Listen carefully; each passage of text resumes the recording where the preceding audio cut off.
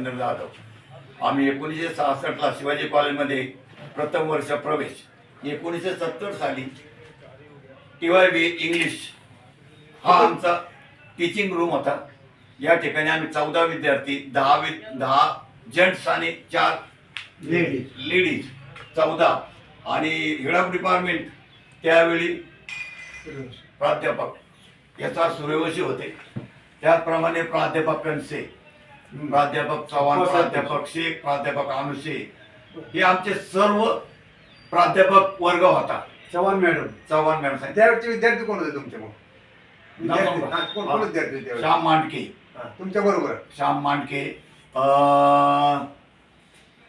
इंदिरा खोत वारली, नंतर हिचं नाव चव्हाण, त्या मुलीचं नाव काय होतं? प्रतिभा यशचे होते, यशने सोडत होत्या मुलीची। 14 मुली होते तुमचे? 4 मुली आणि 10 मुलं। हा, एक मुलीचं फक्त आडनाव आहे झवर, आणि एक तिचं आडनाव दुसरे नाही आठवत नाही। ओके ओके, म्हणजे त्यावेळेचा कालखंड इथं आपले इंग्रजी डिपार्टमेंट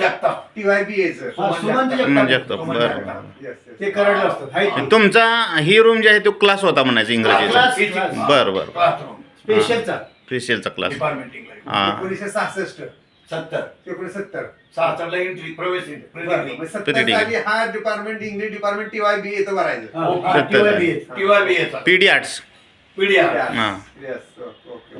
तुमच्या काही आठवणी, त्यावेळेच्या आठवणी तुमच्या संबंधित, त्यावेळेचे प्राचार्य आणि तुमचं शिक्षकाच्या संदर्भातला एखादा आठवणीचा किस्सा? 1966 साली आम्ही लेबर स्कीमला प्रवेश मिळवला। लेबर स्कीम प्रमुख त्यावेळेस प्राध्यापक NN भगरे सर होते। त्यांच्यामुळे आमच्या जीवनाला एक मोठी शिस्त लाभली, आणि श्रमाचं महत्त्व, कामाचं महत्त्व, त्यामुळं आमचं लाईफ, माझं वैयक्तिक लाईफ डिसिप्लिन लाईफ झालंय। आणि मी आयुष्यात आजपर्यंत 78 पर्यंत मी कोणावरही कधीही अवलंबून राहिलो नाही। स्वतःचं काम स्वतः सगळं करतो। हे सगळं मला या कॉलेजच्या लेबर स्कीममुळं सगळं मला मिळालं, याचा मोठा मला अनुभव आहे। त्याचप्रमाणे या ठिकाणी आम्ही लेबर स्कीम मध्ये गेले, तुम्ही सातारा, सांगली, कोल्हापूर, बेळगाव, नाशिक, जळगाव, धुळ्यापासूनचे विद्यार्थी, बरोबर, अशी सर्वसामान्य गरीब घराण्यातली 100 लोकांना लेबर स्कीम मध्ये प्रवेश मिळाला। लेबर स्कीमचं स्वरूप असं होतं, सकाळी 7:30 ते 10 वाजेपर्यंत फील्डवर काम करणे, 10:30 ते 11 पर्यंत मेसमध्ये जेवण घेणे, 11ला धावपळ करून कॉलेजमध्ये येणे, 5ला कॉलेज सुटल्यानंतर 5:30ला फील्डवर जाणे, 5:30 ते 7:30 काम करणे, आणि त्याच्यानंतर परत 8ला जेवण घेणे, जेवण घेतल्यानंतर इथं कॉलेजचं जे नाईट स्टडी म्हणजे रात्री अभ्यास वरचे कॉलेजचे पिरियडचे, ते आम्हाला 24 तास 12 महिने 4 वर्ष नाईट स्टडी रूम म्हणून ओपन होते। आणि विशेष म्हणजे आम्हाला लायब्ररीयन वाडकर सर यांनी सुद्धा सहकार्य केलं, BT वाडकर, कारण आमची आई नगरून फक्त 10 रुपये मनी ऑर्डर करत होती पैशाची। त्या 10 रुपयाचा भाव कसा घेतो, 5 रुपये फक्त ब्रश म्हणून इब्राहिम जार्दा मिळायचा 5 रुपयाचा, आणि 5 रुपयाचं खोबरेल तेल म्हणून तेवढं मला वापरायचो। आणि कॉलेजमध्ये असताना, आमची सर्वसामान्य असताना, मला वैयक्तिक 4 वर्ष पायजामा शर्टावरच कॉलेजचं लाईफ काढावं लागलं। त्याच वेळेस मी पाहत होतो सातारा सिटीमधून मुलं मुली गाडीवर येतात, हायफाय येतात, परंतु मला दुःख वाटलंच नाही, कारण मी परिस्थितीला मला तसं बनवलं होतं, त्या परिस्थितीने मला चांगलं घडवलं, याचा मोठा मला आनंद आहे।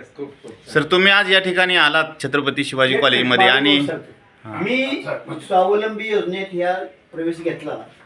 आमच्या यांच्या मुलाखती झाल्या, कोण नगरचा, कोण धुळ्याचा, कोण कुठला, तसं म्हणजे माझं गाव मी कॉलेज जाऊन करू शकत असतो, परंतु घरची परिस्थिती आमची, सातारला यायला 4 आणि तिकीटला पैसे नसायचे आमच्याकडे।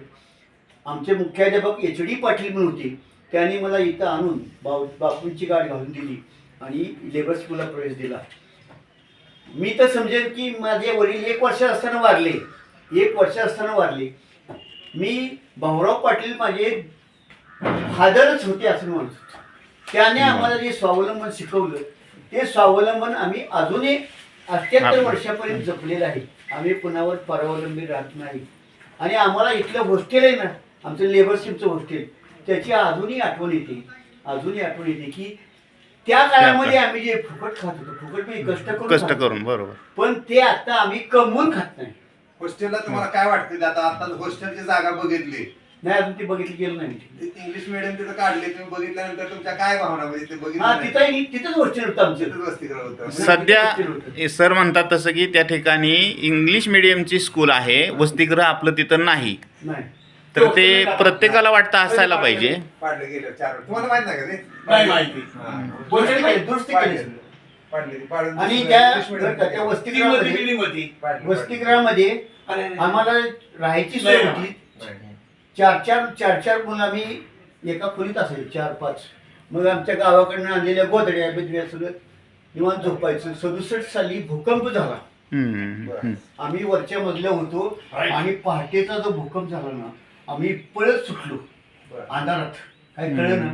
मी लाईट गेली जिन्यावर होती. खाली पडलो जिन्यातून खाली. खाली पडलो तसं डायरेक्ट. बरोबर आहे. आणि 2-3 तास सिव्हिल हॉस्पिटलला मी बेशुद्ध अवस्थेत होतो. मला अजूनही आठवते ते बापू स्वतः तिथे आले होते, स्वतः सिव्हिल हॉस्पिटल बघायला वगैरे. अशा तऱ्हेनं एकंदरीत इथलं जीवन म्हणजे मी आज कमवत. 50,000 पेन्शन घेऊन जे जगत नाही हां, ते त्या काळात आम्ही खाल्लं. छान. त्या काळातल्या चपात्या तुम्हाला सांगता येणार नाही, पण चपाती म्हणजे अशी एवढी मोठी असायची, मोठी चपाती असायची. हा, तवा नसायचा, बरं. ते पत्रा पत्रा पत्र. पत्रा. त्यातले मावशी अजून एक नाट्य वाचतात बघा इथे, हो हो हो. या कॉर्नरलाच बसतात. ती चांबारच दुकान आहे त्यांचं. बरं काय करते चांगलं दुकान आहे ना काय? चांबारच दुकान आहे. ती मावशी भेटते आम्हाला तिथे. ते मावशी आम्हाला इतक्या गरम गरम चपात्या घालून देणार बरं का. तुमच्या वेळेस मावशी त्या म्हातारे काय नाव त्यांचं काय मावशी सर ते तारा मावशी. तारा मावशी होत्या का? तारा मावशी होती, तारा तारा मावशी. मावशी होती. पुन्हा ते सावंत मावशी होती. सावंत मावशी, हा, सावंत त्यांच्याबरोबर. मावशी होती.